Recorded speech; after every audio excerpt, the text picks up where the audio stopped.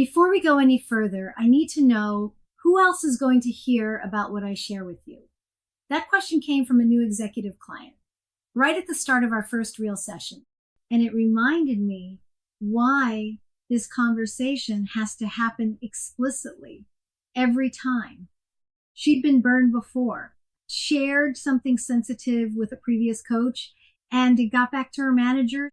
She wasn't going to let that happen again. Confidentiality in coaching is really important. The clients need to be able to trust that their information is safe with us.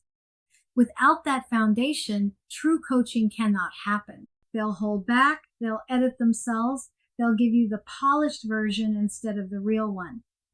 Confidentiality is the bedrock of psychological safety.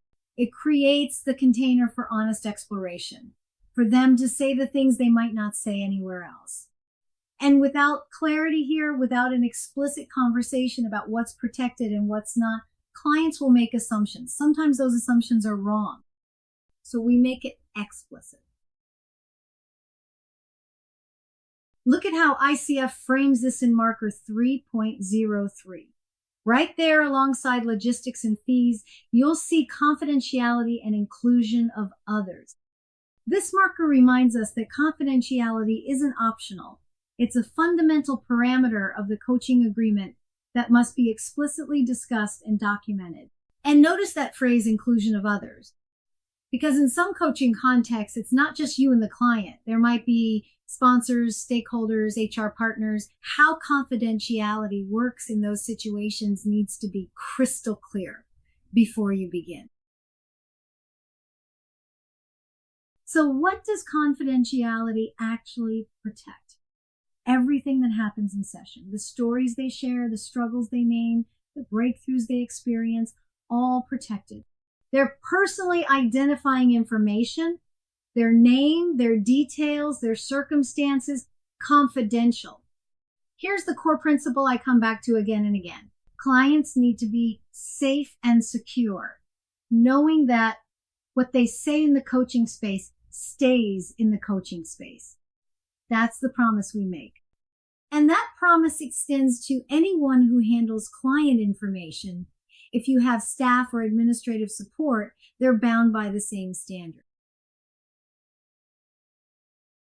Now, here's where it gets complicated. In organizational coaching, you're often working in a triangle. The sponsor, maybe HR, maybe the client's manager, may expect progress updates. The client expects complete privacy. These expectations can clash, and if you don't address it up front, you're going to find yourself in an awkward moment later. So here's what you do. You clarify boundaries before they become problems.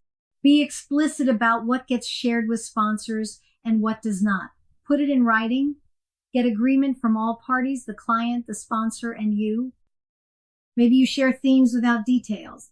Maybe you confirm the client is engaged without sharing content. Whatever the arrangement, everyone needs to know the rules before coaching begins. There's one more piece of this that's especially important for those of you in coach training. Recording sessions.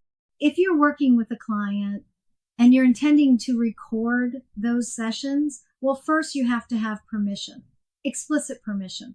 Always ask before you press record. But here's what many coaches miss. You also have to have permission to share those recordings before you do so. Recording consent does not equal sharing consent. Two separate conversations, two separate permissions. So if you're going to bring that recording for your mentor coach to listen to, then you have to get approval from your client first before you bring that to anyone else to listen. Never assume, always ask. Document both clearly. Let me bring this together. Confidentiality protects the client and the relationship.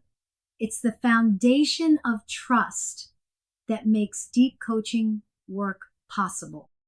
Be explicit about boundaries, about exceptions, about who else might be involved. Put your agreements in writing. And remember, this isn't about compliance. It's about creating a space where your client can be fully honest, fully vulnerable, fully themselves, That's what confidentiality makes possible. With parameters established, logistics, fees, duration, cancellation, confidentiality, the next step is planning. What are the overall goals of this coaching engagement, and are you and this client a good fit? That's where we're headed next.